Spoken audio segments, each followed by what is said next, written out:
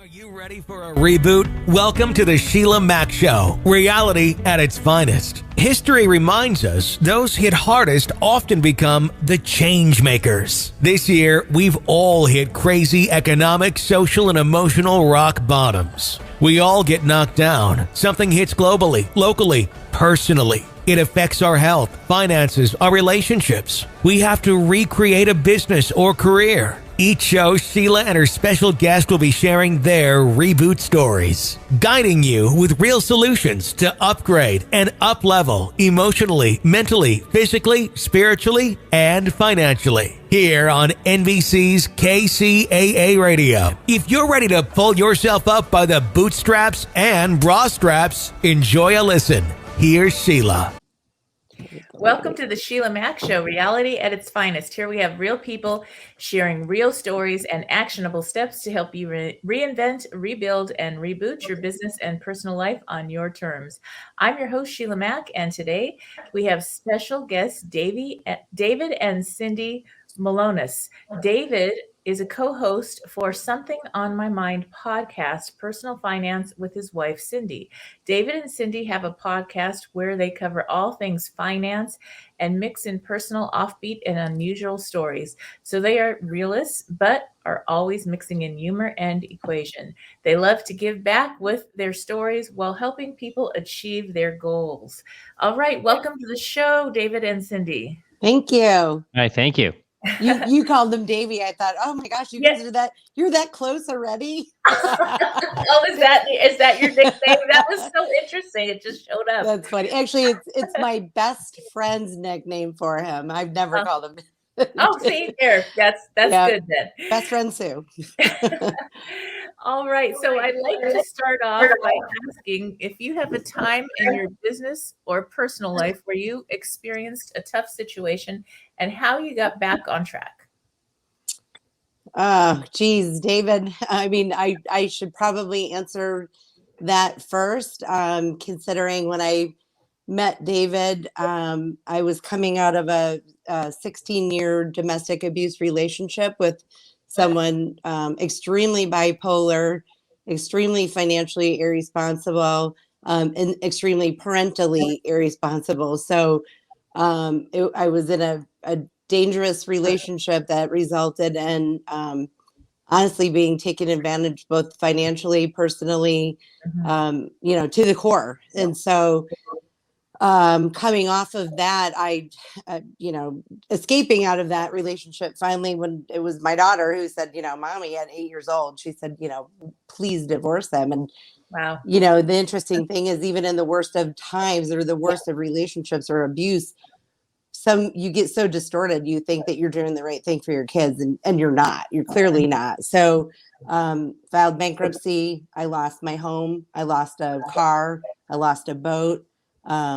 Living homeless with my kids for a couple months in the house, in my best friend Sue's house across the street from the house we lost, stripped pretty much of all my dignity internally, but yet still having to be the one and the only one raising my 8 and 10-year-old at the time, supporting them on a modest salary at the time, and trying to stay positive and keep myself as a role model, as a mother and a worker and a friend, stripped of everything. Literally, I met David not intending to ever get married again, right, with a negative $1,200 in my bank account and $3,000 left in my 401k.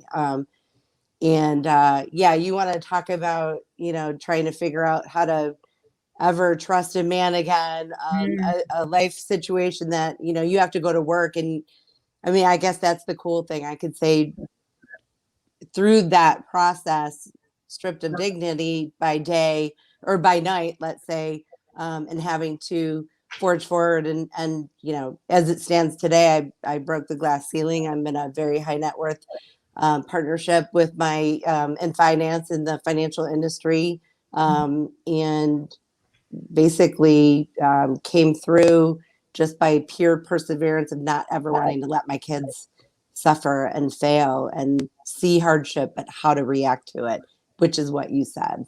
Wow. Yeah, that's a lot. That is and there's more, the story is very, very long and Right. very detailed.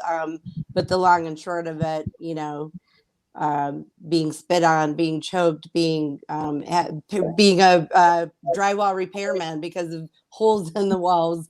And then meeting David at a happenstance dinner one night, thinking, I don't want to have anything to do with this, and marrying a year later, and having him be the guy that I never knew even existed in life. Yes, that's beautiful. How wonderful that you met. And I will say fairy tales do happen when you least expect it. that's great. Yeah, it's hard. It's hard when you're coming out of an abusive situation, and it doesn't matter the relationship. It could be a parent, a spouse, even an adult child, or a teen child that becomes abusive, something like that. And there's a point where there's certain people, they need help. They're not safe people, and they don't to be around you or your children. As a mama, I protect my kids too. I'm a mama bear. Yeah. Right, exactly. And there's something about realizing, okay, I'm the healthy one, so I'm the one who has to do all the work to leave this. Well, that's an interesting dynamic, because the when you're in that situation, and sorry to monopolize, David, but I think that that's an important component to that, as when you're being abused, you're being told that you're not worthy. And so you're beaten down and you don't think you're worthy, but yet you go to work and people love you, and you're challenging yourself and you're achieving things along the way. And so it's this dichotomy of like, I'm a piece of crap inside, being told I'm nothing. People hate me. People, you're posing and people are faking that they like you. But knowing better, so, and then realizing, like, I have to do it all. And I have to rise to the challenge, and I don't feel like a good parent, and I don't feel like I belong, and, at the moment in anything, because I'm not worthy. But I knew I was, it's just, it was always the push and pull of that situation. And then having to succeed and thrive and get your ass up every day for work, even though you just want to lay in bed and curl up in a little ball. And many times I cried my way to work, in my friend's car, who had to pick me up every day because I didn't have a car. So, yeah, that's something that happens. And it's, people often will ask a person in a difficult abusive relationship, why did you stay so long? And I was also in a very interesting similar situation, not a healthy relationship, and it was a arranged kind of marriage situation that it was even in the will, like, if you get divorced, your kids don't get nothing. It was tough to get out of something so crazy, but it happened. And you have to have that point in yourself when you're ready. And you might have had, I don't know, for me, I had all my friends, even my dad. Everybody was like, honey, you just gotta go. Yeah. And it was like, oh, but that's impossible. I couldn't relate to that more. I could not relate to that statement more. And I stayed 16 years, and that's what people are like, why can't you just go? Like, you don't understand, unless you've walked in the shoes of someone in that scenario. You have no idea how hard it is to escape, because you convince yourself that you still want to save that person, or you're going to hurt your kids if you don't leave, or how are you going to survive? I have no money. You know what? You walk out and you figure out how to survive, because the second thing you realize is that person was the weak one, and they're the bully, and you're the leader of the pack. Like, it's you survived it. You've thrived for your kids. You've shown yourself as the example. And I didn't realize how much of that I achieved. And I just don't even want to discount David in this scenario, but I got healthy enough to then find love in a way that, was healthy and respectful and challenging. And God, when David came along, he's like, do you realize what you've done and what you've achieved? And I was like, go away, you're a man. Yes. Right? True. But, yeah. Anyway, sorry, David. I didn't mean to take over here. Oh, no. David, I fell asleep. I just woke up. Just kidding. I've heard this story so many times, but I love it every time. Yeah. That's why we're here. That's why we talk about it, because Right. you got to get the message across to people, because there's a lot of people. If you help one person out with this broadcast, that is worth it. Exactly. That's how we feel. I could repeat it a million times if I help one person along the way. Exactly. So David, what was it like getting into a relationship with someone that may have had some feeling safe issues, some trust issues around safety? Yeah, that's an interesting question. I had to learn to do that because I hadn't faced that. And some of it's even still exists today in some form. But you have to listen. And, the number one thing that men don't do very well, or a partner on the other side, is sometimes you just need to listen and not say anything, and then don't provide an opinion unless you're asked. So you have to listen for a while. So it doesn't mean I always get it right, but you learn, you listen, and then you insert yourself where needed, right? And so, meeting Cindy, it was like there's a lot of pieces strewn out, because when you're dealing with, when you both of you have been in situations where there's so much going on, where rather than one thing, the whole goal is try to maintain the fort where something bad is happening, but you guys had multiple things in your cases, so it's much harder to do that. So you got to say, all right, let's take this one piece and work on it once, here and there, and let's build this little chunk up. Let's get a couple confidence boosters, kind of like paying off your credit card on the smallest debt, kind of a thing, right? You feel good, you get something in the hamper, right?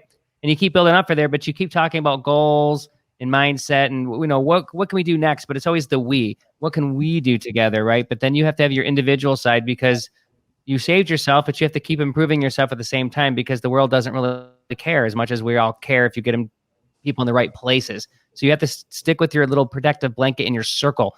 And as long as you can build that trust up, then the world opens up later on. But it takes a long time to get there.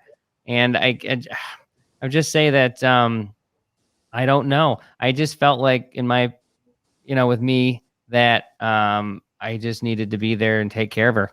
I don't even know what to say. We got married so quick. It just felt right. And, the joke I always make is like, well, let's see, bankrupt, 2 kids, abusive husband. She's perfect.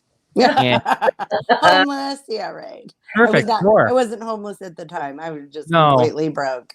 Yeah. But yeah, you were getting off that, just off that, somewhat recently. And, but yeah, that's a joke we make. And excuse me. I just feel like life only has so many opportunities in life. And that's the way I felt. So I didn't really think about too much except that I just needed to be there. I wanted to be there. And I could just sense something that's going to be good down the road. So I just jumped into the pool. Yes, that's so important. And there's healing that has to happen.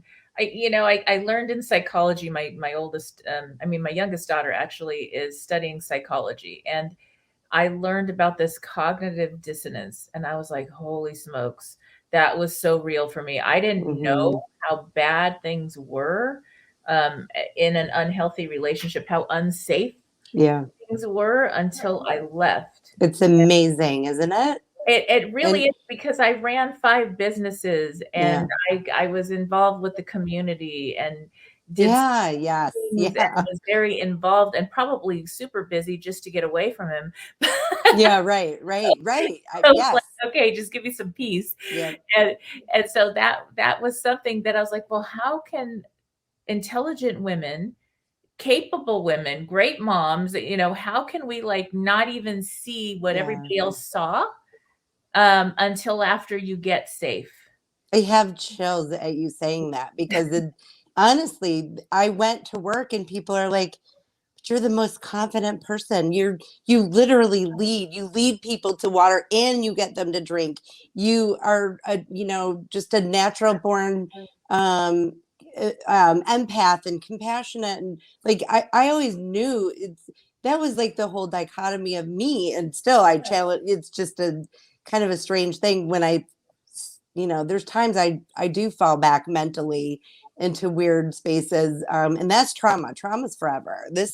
I'm 15 years removed and still have nightmares on a weekly basis about that person in my life hurting me or just being there.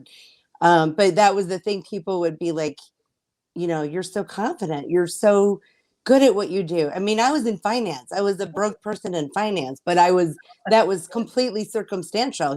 I didn't gather a day of I never paid, or I never got a day of child support.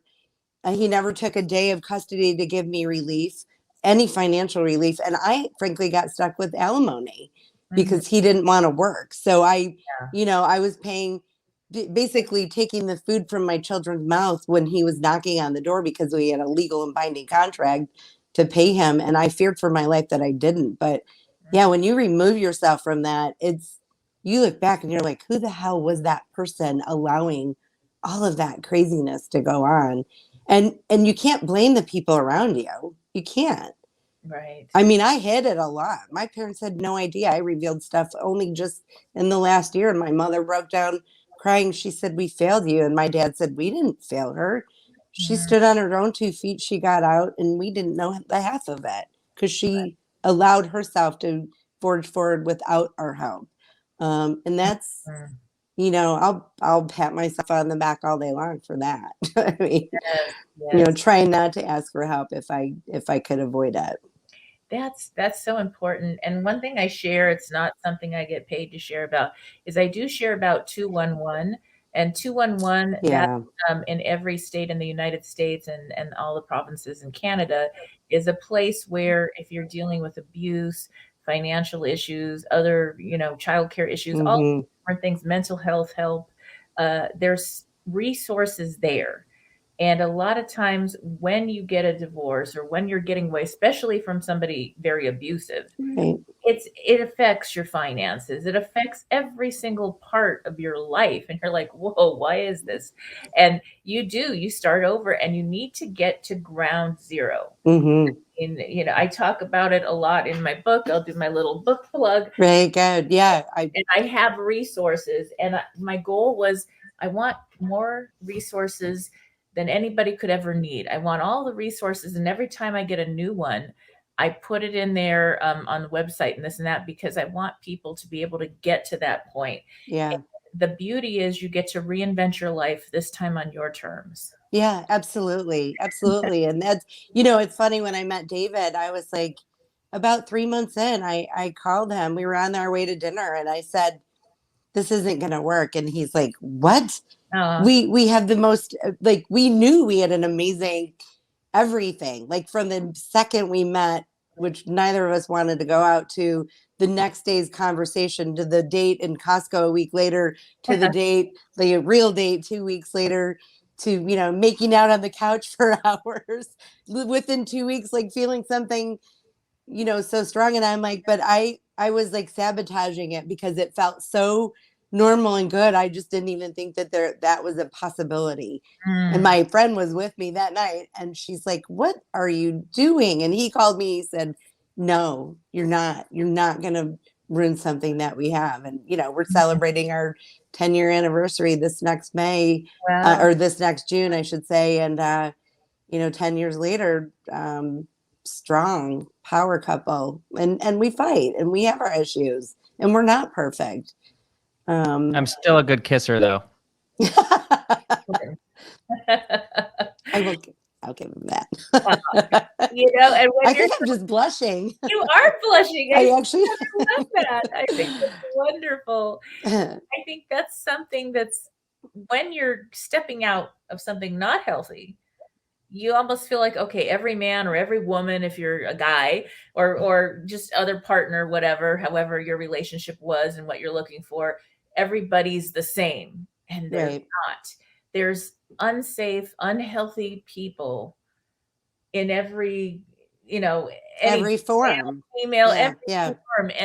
And there's more healthy, whole people than that. It's a small percentage, but if you end up being empathic, you said you were empathic. Very. And I was to a fault. Super, super young and the whole arranged thing. But it was one of those things where I have always been like that. So you give people the benefit of the doubt, and you work with them, and you see the light in them, and you're like, okay, let's just try to bring that light out a little bit more.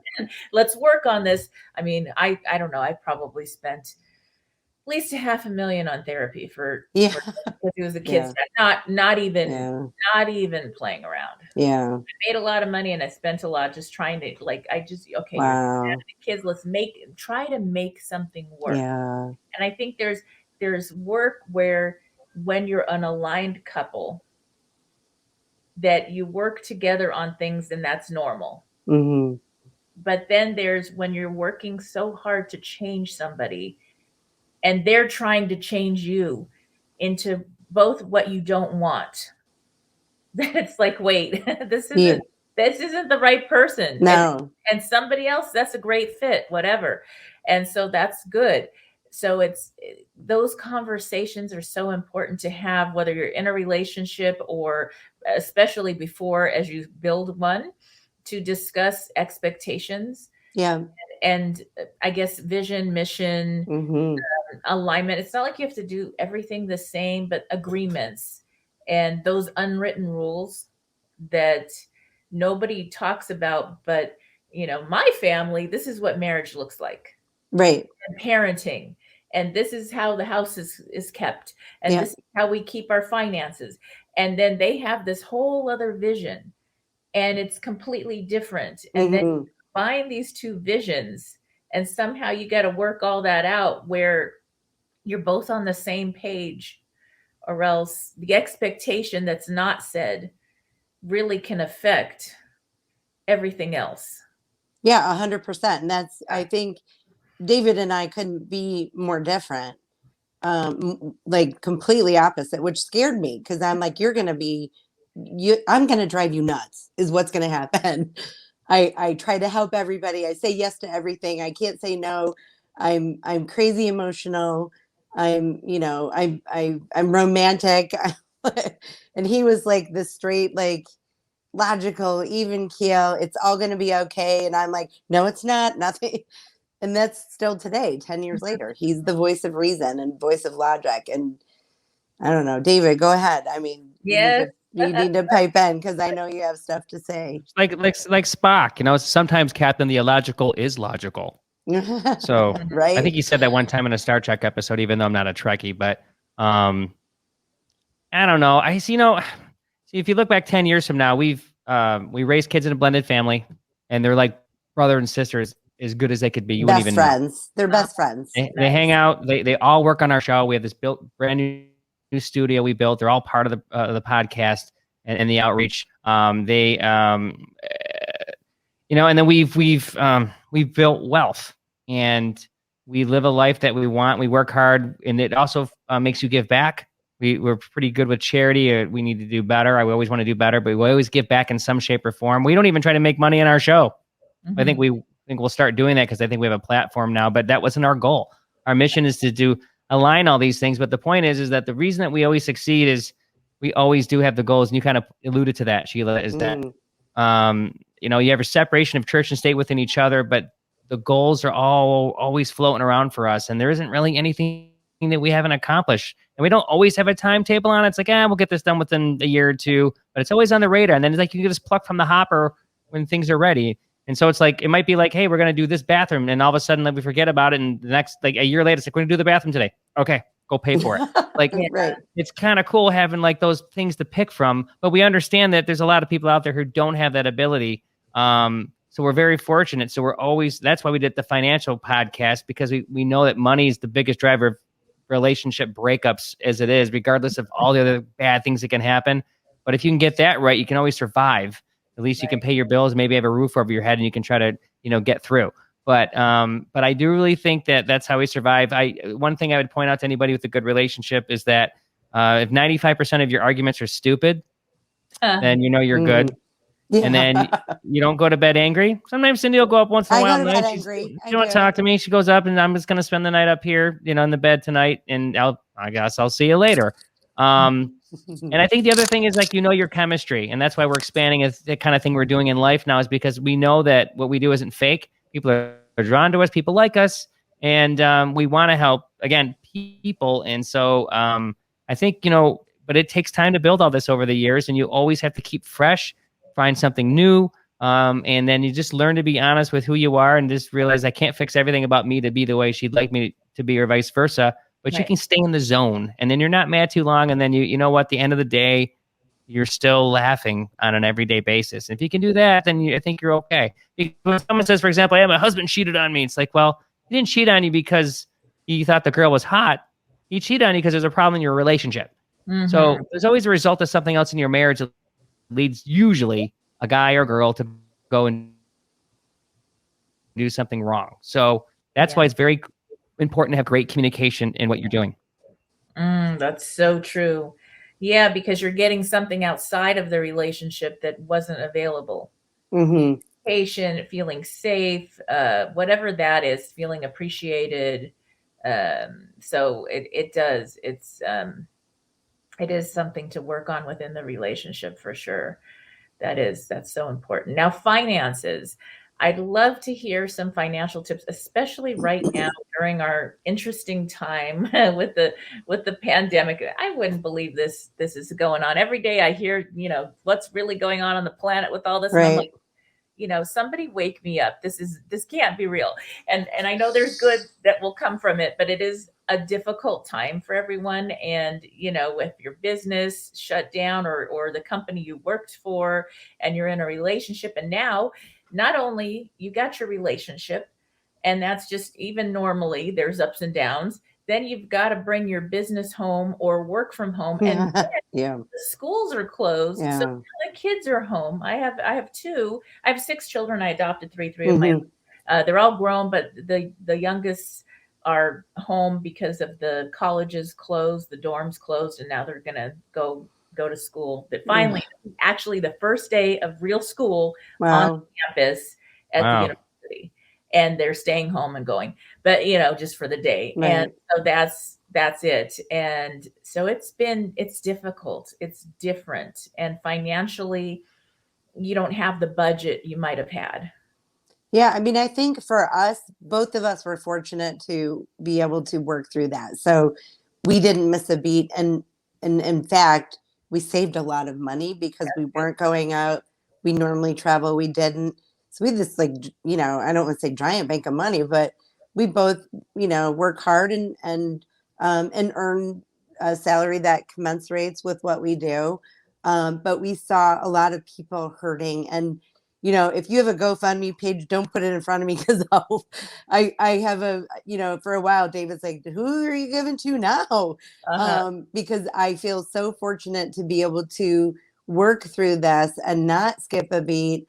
And so what I think, and David could speak to this exponentially more just from what he preaches on the budget side, is we see people that are struggling that can't pay their rent because they didn't save and have an emergency fund and do the things that they should have done in advance of any unknown. And there's no way anybody knew we were going into a pandemic. We couldn't possibly. What I think, it affected David the most, because this is where his passion, when I met him, he wrote a book on personal finance and budgeting. He has a great book out there that literally takes you from earning your first dollar to becoming a wealthy person and owning a home and all the things that go with it. But, David can speak to that. Like, he was like, oh my gosh, I can't believe how many people are hurting that didn't save.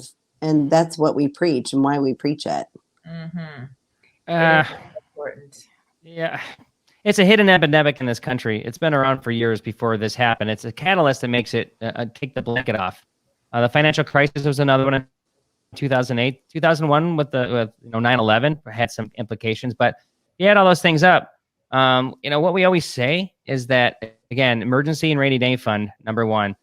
And if you don't have that, that means you're probably spending money in other places that is drawing from places that you shouldn't be using the money for. And that usually is credit cards. Credit cards, I'll say, are toxic debt, bad thing.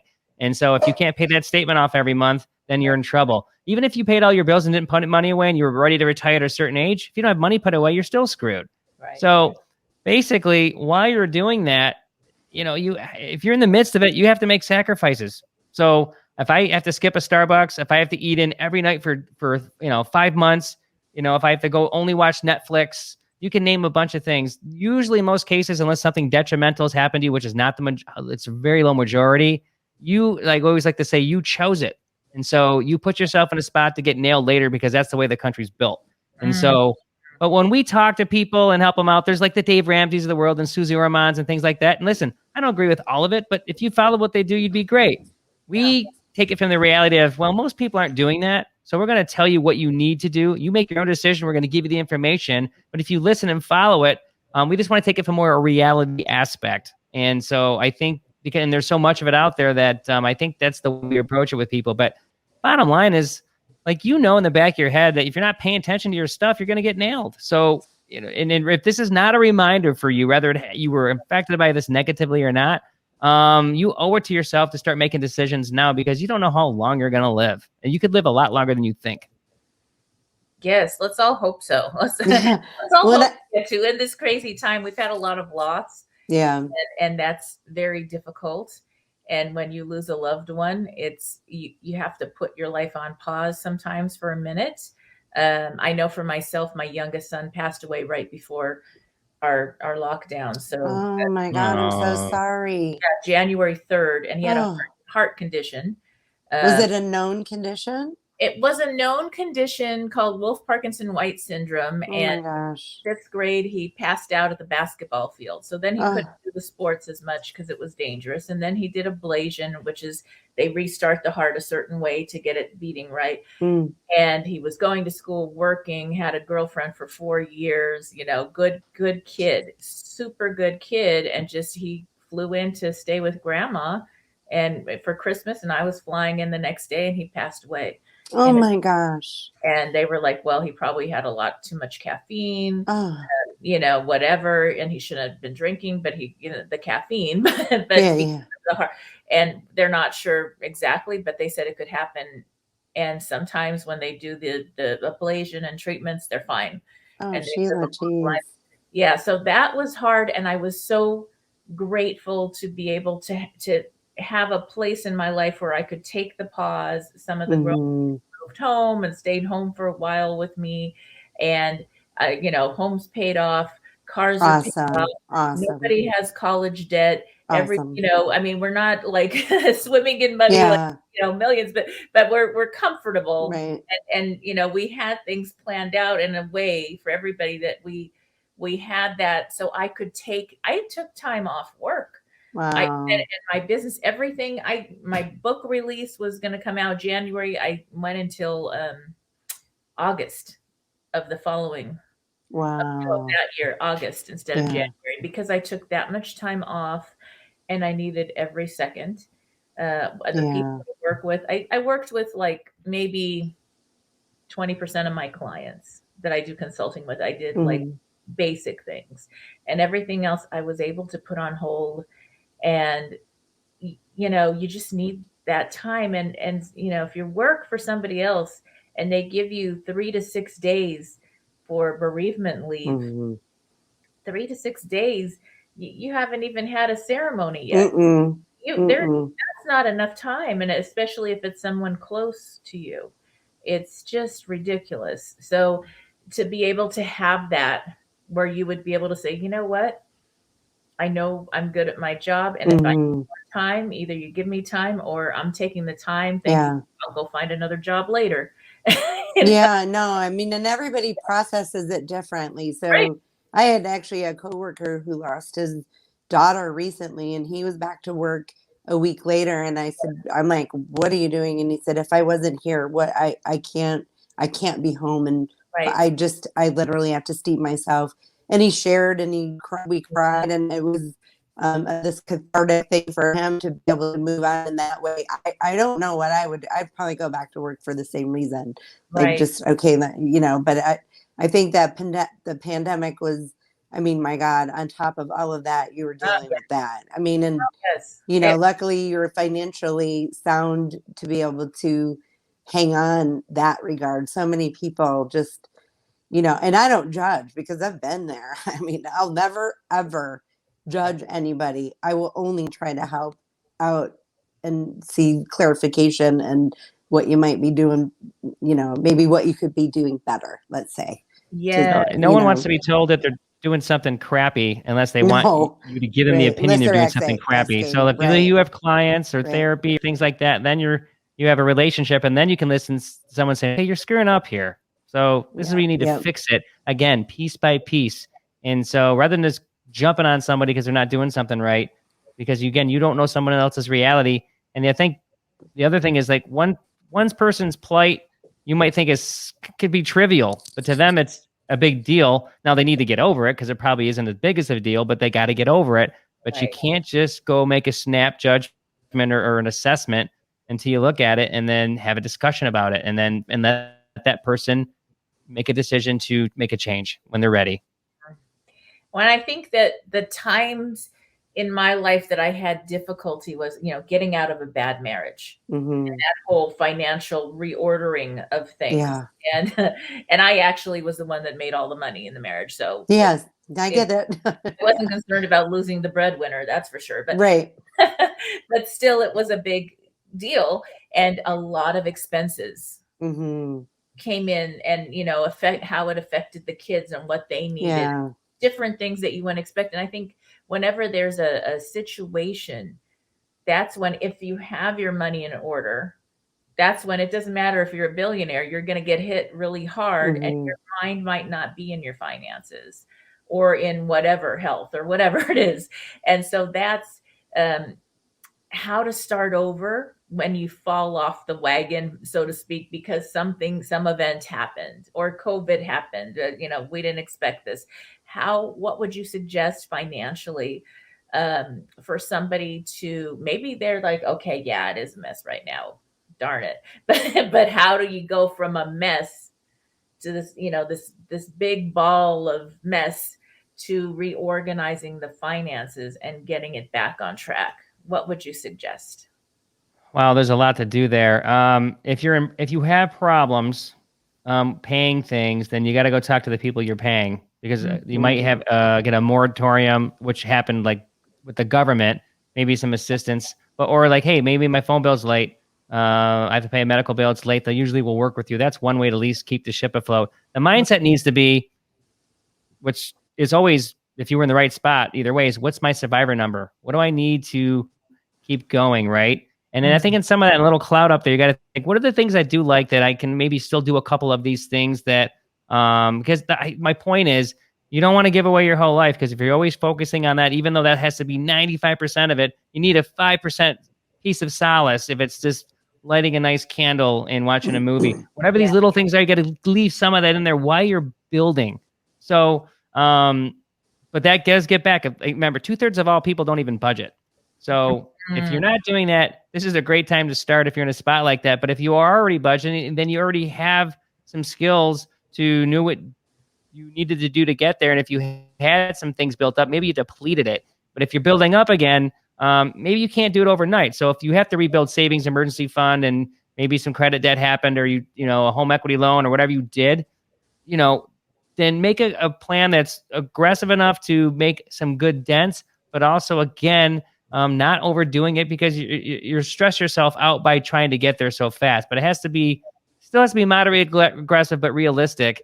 And just realize, listen, I'm going to have to bite it for a little while. But if I do bite it and I have a plan, well, maybe I'll get out of this in 18 months. Maybe I'll get out of this in a year, rather than not doing it. And 5 years later, you could be stuck. So I'm always, in my opinion, I'm a realist, but I think that's the great way to do it. I don't have anywhere near the tragedy you guys have. I don't even really have it.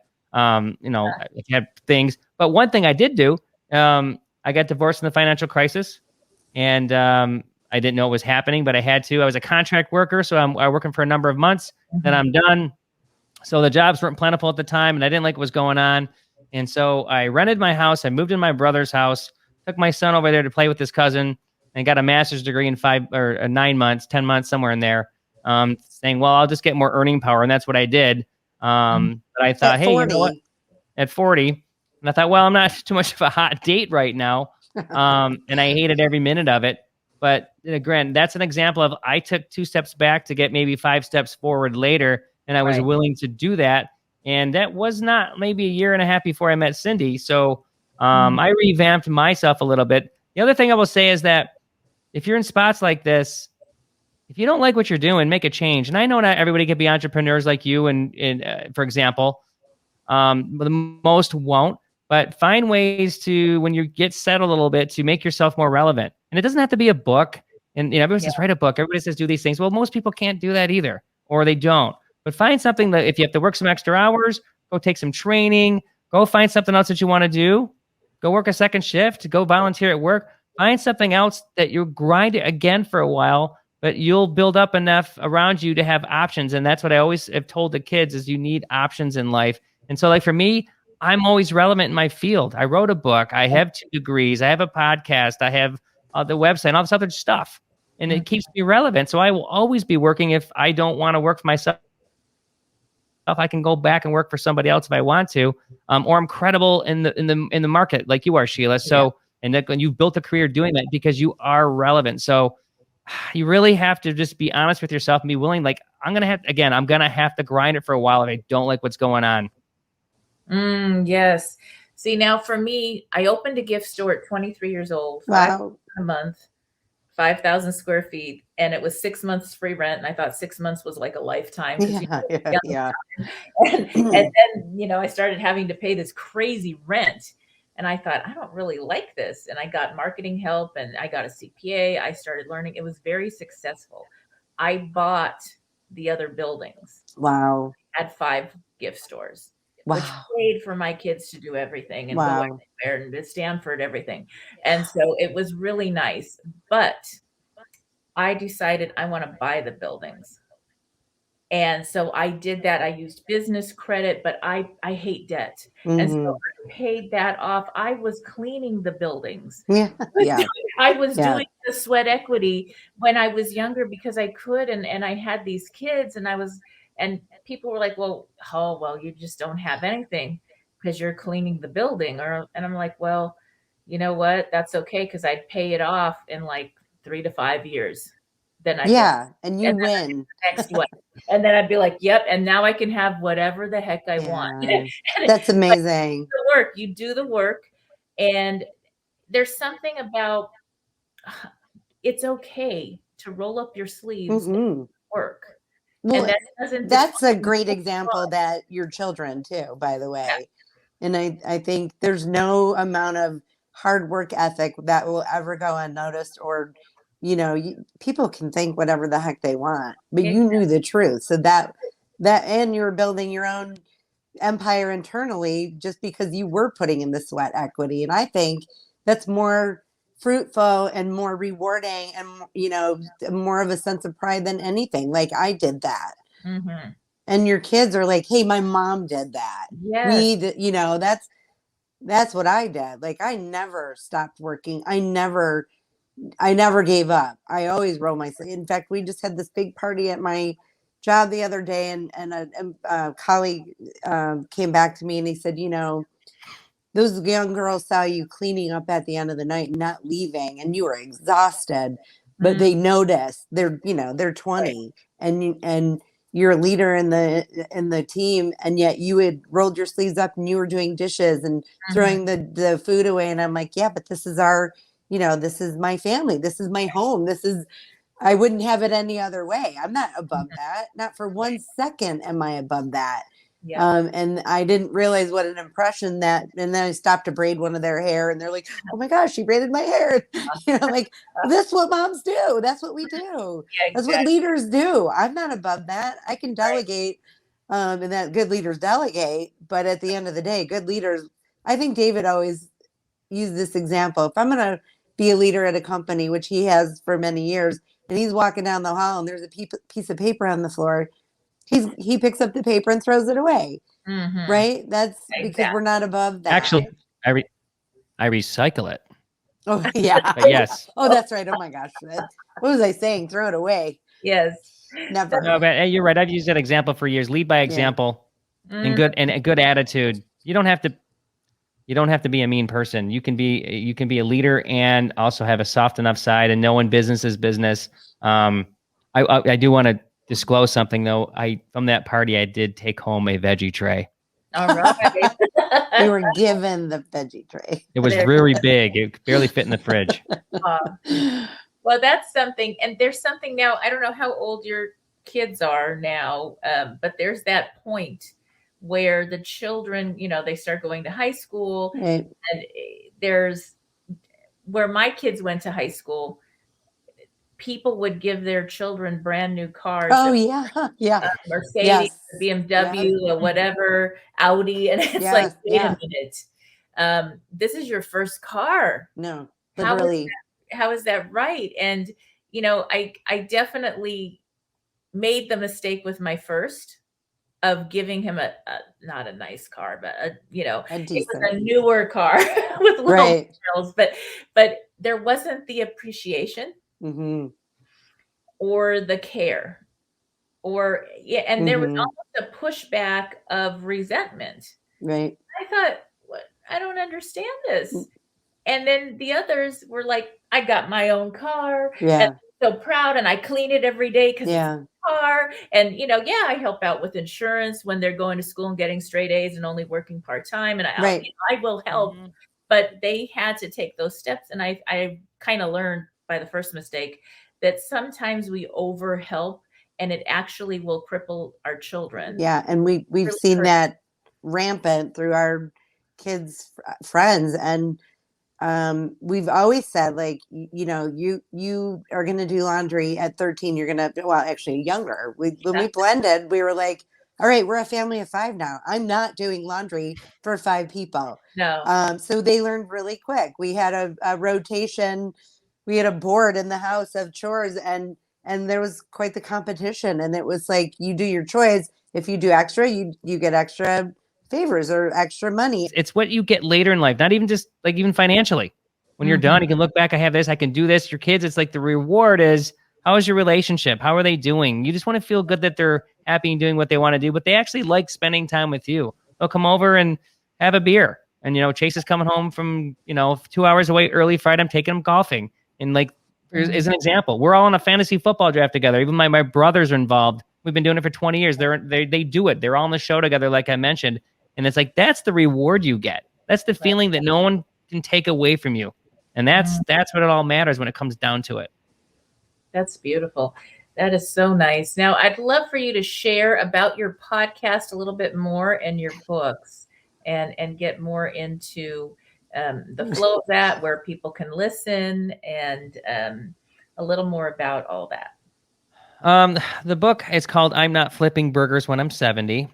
I wrote that in 2005. I revamped it, but I just did it on my own. I didn't want to mess around with the publishing. I chucked it on the website, like the first 10 chapters for the budgeting section. And I'm working on a project now, and Cindy's going to work on our project over the next, I don't know, 6 to 9 months. We're going to do 2 projects with that. Spurned from the podcast, really. So, again, the podcast is something on my mind. We do it out of our basement here. We put this whole brand new studio down here, and it's like a space. It's not even a basement. And we do a weekly show for like a full episode. We do a Thursday tip of the week is 2 minutes. And basically we just, we roundtable, you know, we BS in the first 10 minutes, life. Then we do a topic every week. And then I don't know, our season 3 might be more like just little fun little stuff. It's all about trying to make finance fun, because we know it's boring and tough. So we try to keep realism in life, and our stories are involved, and you know, the producers are back there so they can talk. And so we're just trying to like season in our experiences being in our 50s and places we've been, along with the stuff that we talk about. You know, we're on all social media. Like we have to make TikToks, if you can believe it. So I know. Right? Like, I am so old to be doing this. I cannot even believe I'm. But we're doing like, actually. but We're actually kind of doing it's actually doing fun. better than I thought. Good. So you can any of the social media, SOMM.podcast and Instagram and TikTok. And other than that, I think our future goal is to get these books out. We'll get merchandise and some Patreon and all that. Maybe we'll start working on some monetization, because I think we can. But I think the ultimate goal we'd like to do, hopefully in the next 2 to 5 years, I'm hoping more like 2, as we transition, is to, we really want to go start speaking, going across the country, helping people out, you know, like free stuff, like high schools, maybe some college, maybe there's some money there, so corporations, or, you know, seminars. I think we have the chops to do it, honestly, if we've now practiced and got better at the craft. I think remarkable with the husband and wife thing. So we've kind of been litmus testing that. And so that's what our future goal is. But we would love to be, you know, driving around in some cool RV for chunks of the time, and just, you know, walking away, and then, you know, mix in the charitable causes along the way. And I think that's kind of what we're going to focus on in the next couple of years. I love that. I love that. Well, it was so nice to meet you both. And we're coming to the end of our talking time. So again, one more time, could you share, is there a website where people could reach you, or? Yeah, all social media platforms, all podcast platforms, really. And then the website is somethingonmymind.net. Excellent. All right. Thank you, Cindy and David, for being on the show. All right. And for those tuning in, we'll be back after these messages. All right. Thank you. Check out my new book, Bootstraps and Bra Straps, the formula to go from rock bottom back into action in any situation. Here's a little bit more. Necessitated. You need a guide to show you how we get through a situation like this, to give you resources and to help you get out of the emotional pea soup fog of dealing with a crisis and the resulting fallout. I've been there, and I'm here to help you. Out of the fog. If you weren't emotionally bound up in your situation, you would have more clarity. You would be able to see your best options for dealing with whatever comes up. If the version of yourself who has already walked through this rock bottom and come out the other end could go back in time and give you, the you right now, some advice, what would she say? Would she tell you to slow down, to stop rushing, that you don't have to have all the answers today? Would the future you recommend not making any major decisions without reviewing them first, particularly while you're still in the fog? Would she tell you that normal is going to look different for a while, but that you will feel normal again? In case we haven't invented time travel by the time you read this book, I'm here to tell you all of the above. I developed the Boots formula to help you learn to make choices, have a life shift, and make great things happen based on your individual values and best life vision. A change is going to happen, and it's worth it. There's a stage where it feels like everyone in your life is picking at you. Life itself may seem like it's trying its best to stop you from doing whatever you want to do.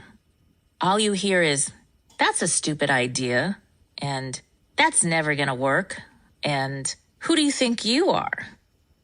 One of the hardest things for people to do is to realign and possibly walk away from anything and anyone that conflicts with their value systems. But you are going to discover that power within yourself.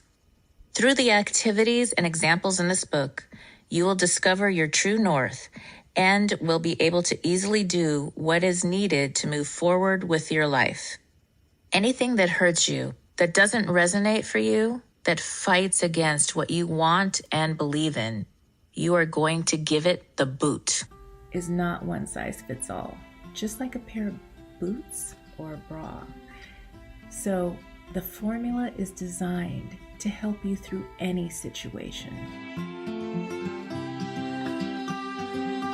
To grab a copy of my new best-selling book, Bootstraps and Bra Straps, the formula to go from rock bottom back into action in any situation. It is now available on Audible as well as on Amazon and Kindle and at www.sheilamac.com. Attention Nashville, Tennessee area drivers. Commodore Express is actively hiring CDLA team truck drivers for our West Coast operations. This is an in and out and back type operation. 4,500 plus miles per week. We offer full benefits package and above average pay package and an achievable bonus for more than 4 turns per month. We're a family-oriented company that takes pride in our values, honesty, respect, and integrity. We can work with full-time, part-time, retired, or casual drivers. Visit our website at www.commodoreexpress.net to learn more about us and request an online application.